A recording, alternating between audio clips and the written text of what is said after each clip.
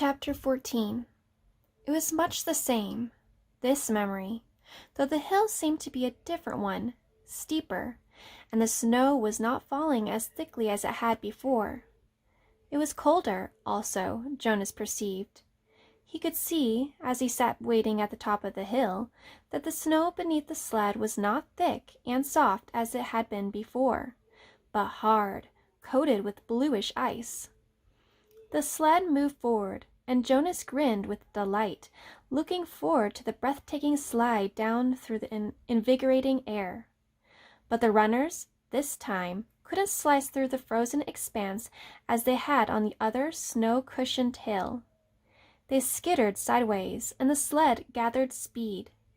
Jonas pulled at the rope, trying to steer, but the steepness and speed took control from his hands, and he was no longer enjoying the feeling of freedom, but instead, terrified, was at the mercy of the wild exhilaration downward over the ice. Sideways, spinning, the sled hit a bump in the hill, and Jonas was jarred loose and thrown violently into the air. He fell with his leg twisted under him, and could hear the crack of bone. His face scraped along jagged edges of ice, and when he came at last to a stop, he lay shocked and still, feeling nothing at first but fear. Then the first wave of pain. He gasped. It was as if a hatchet lay lodged in his leg, slicing through each nerve with a hot blade. In his agony, he perceived the word fire, and felt flames licking at the torn bone and flesh. He tried to move and could not. The pain grew. He screamed. There was no answer. Sobbing, he turned his head and vomited onto the frozen snow. Blood dripped from his face into the vomit. "No!" he cried, and the sound disappeared into the empty landscape, into the wind. Then, suddenly, he was in the annex room again, writhing on the bed. His face was wet with tears. Able to move now, he rocked his own body back and forth, breathing deeply to release the remembered pain. He sat and looked at his own leg, where it lay straight on the bed unbroken. The brutal slice of pain was gone, but the leg ached horribly still, and his face felt raw. "May I have a relief of pain, please?" he begged. It was always provided in his everyday life, for the bruises and wounds, for a mashed finger, a stomach ache, a skinned knee from a fall from a bike. There was always a daub of an anesthetic ointment, or a pill, or in severe instances, an injection that brought complete and instantaneous deliverance. But the giver said no, and looked away. Limping, Jonas walked home, pushed his bicycle that evening. The sunburn pain had been so small in comparison, and had not stayed with him, but his ache lingered. It was not unendurable, as the pain on the hill had been. Jonas tried to be brave. He remembered what the chief elder had said he was brave. "Is something wrong, Jonas?" his father asked at the evening meal. "You're so quiet tonight. Aren't you feeling well? Would you like some medication?"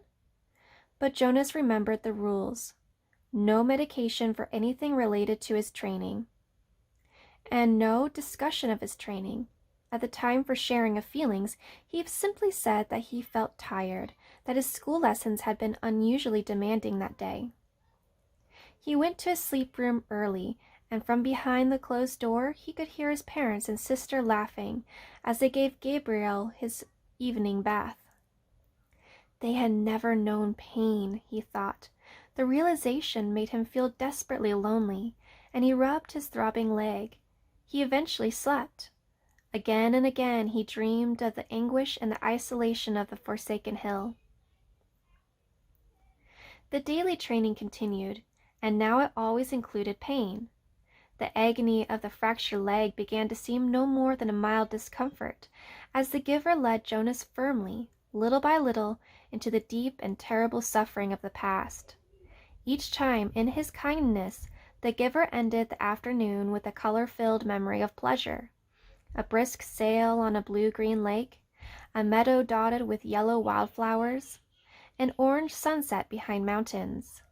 It was not enough to assuage the pain that Jonas was beginning now to know. Why? Jonas asked him after he had received a torturous memory in which he had been neglected and unfed. The hunger had caused excruciating spasms in his empty, distended stomach. He lay on the bed, aching. Why do you and I have to hold these memories? It gives us wisdom, the giver replied. Without wisdom, I could not fulfill my function of advising the committee of elders when they call upon me. But what wisdom do you get from hunger? Jonas groaned. His stomach still hurt, though the memory had ended. Some years ago, the giver told him, before your birth, a lot of citizens petitioned the committee of elders. They wanted to increase the rate of births. They wanted each birth mother to be assigned 4 births instead of 3, so that the population would increase and there would be more laborers available. Jonas nodded, listening. That makes sense. The idea was that certain family units could accommodate an additional child. Jonas nodded again. Mine could, he pointed out. We have Gabriel this year, and it's fun having a 3rd child. The committee of elders sought my advice, the giver said. It made sense to them too, but it was a new idea and they came to me for wisdom. And you used your memories? The giver said yes. And the strongest memory that came was hunger. It came from many generations back, centuries back. The population had gotten so big that hunger was everywhere. Excruciating hunger and starvation. It was followed by warfare. Warfare? It was a concept Jonas did not know, but hunger was familiar to him now. Unconsciously, he rubbed his own abdomen, recalling the pain of its unfulfilled needs. So you describe that to them? They don't want to hear about pain. They just seek the advice. I simply advise them against increasing the population. But you said that was before my birth. They hardly ever came to you for advice.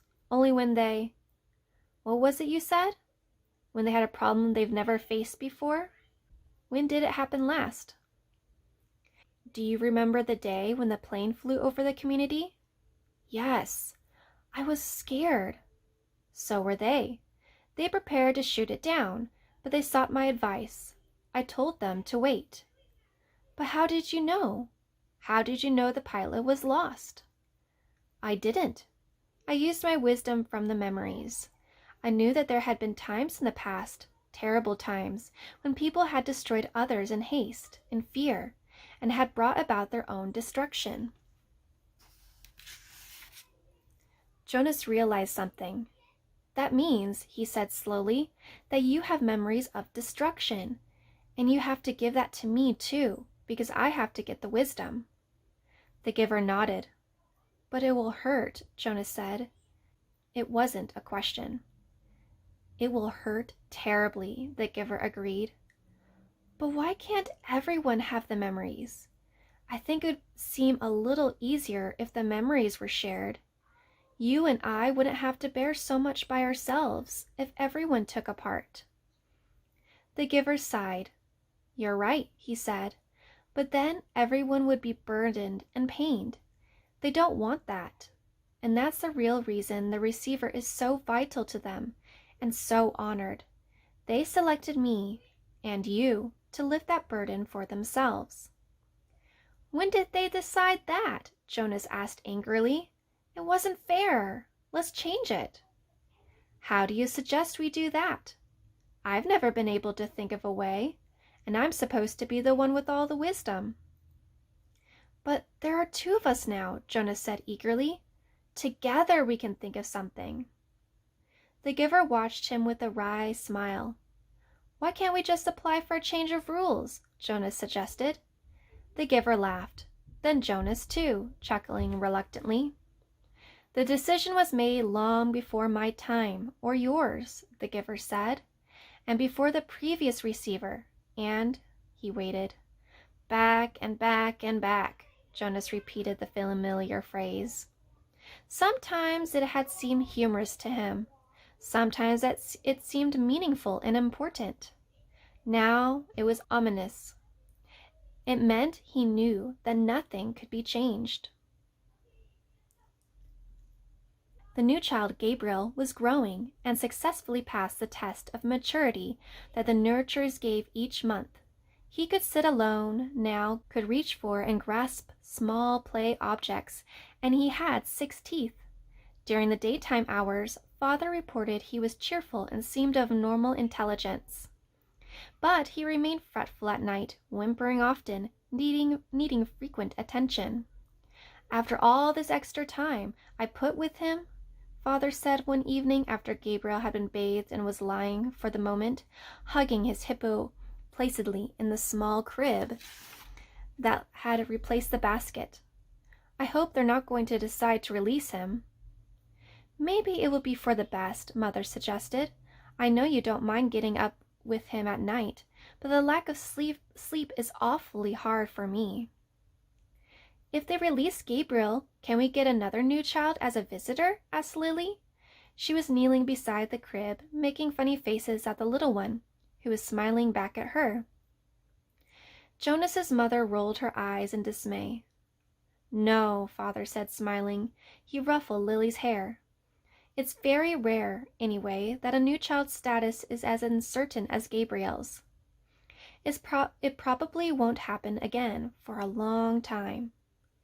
Anyway, he sighed, they won't make the decision for a while. Right now we're all preparing for release we'll probably have to make very soon. There's a birth mother who's expecting twin males next month. Oh dear, Mother said, shaking her head.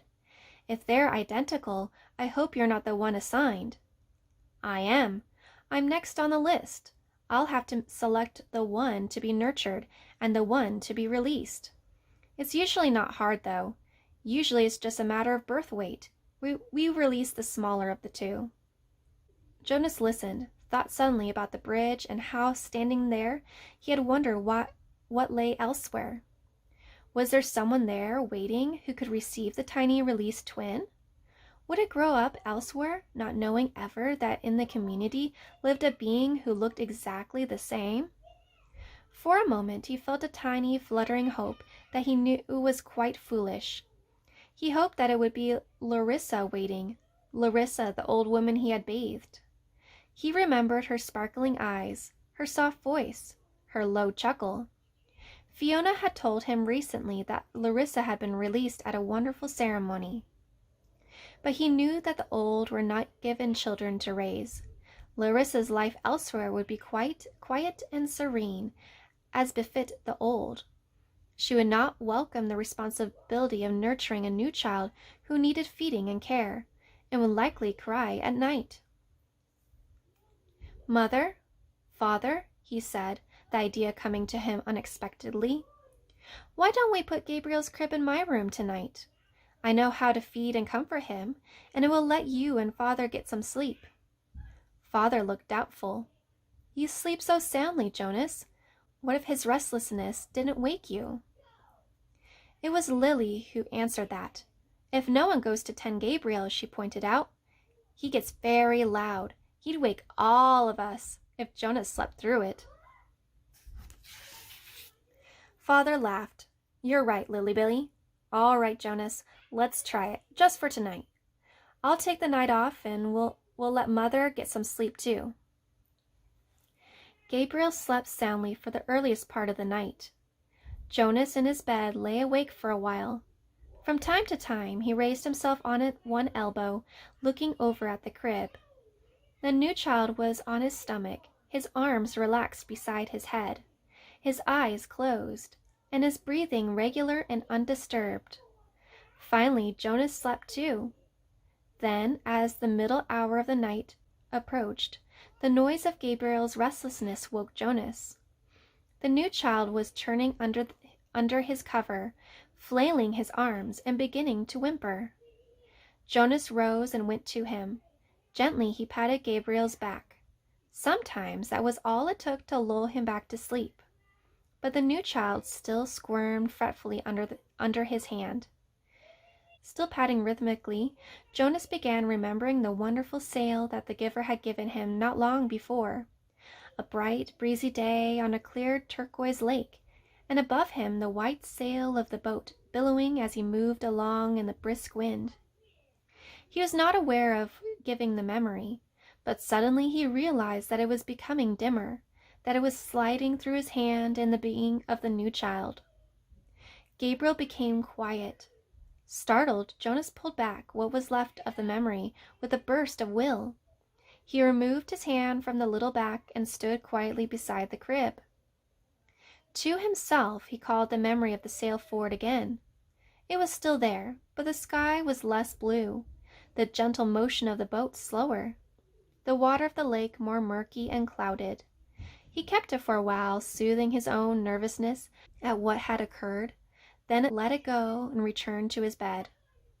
Once more, toward dawn, the new child woke and cried out. Again Jonas went to him. This time he quite deliberately placed his hand firmly on Gabriel's back and released the rest of the calming day on the lake. Again Gabriel slept. But now Jonas lay awake thinking. He no longer had any more than a wisp of the memory, and he felt a small lack where it had been. He could ask the giver for another sail, he knew. A sail perhaps on the ocean next time, for Jonas had a memory of the ocean now, and knew what it was. He knew that there were sailboats there too, and memories yet to be acquired. He wondered, though, if he could confess to the giver that he had given a memory away. He was not yet qualified to be a giver himself, nor had Gabriel been selected to be a receiver. That he had this power frightened him. He decided not to tell.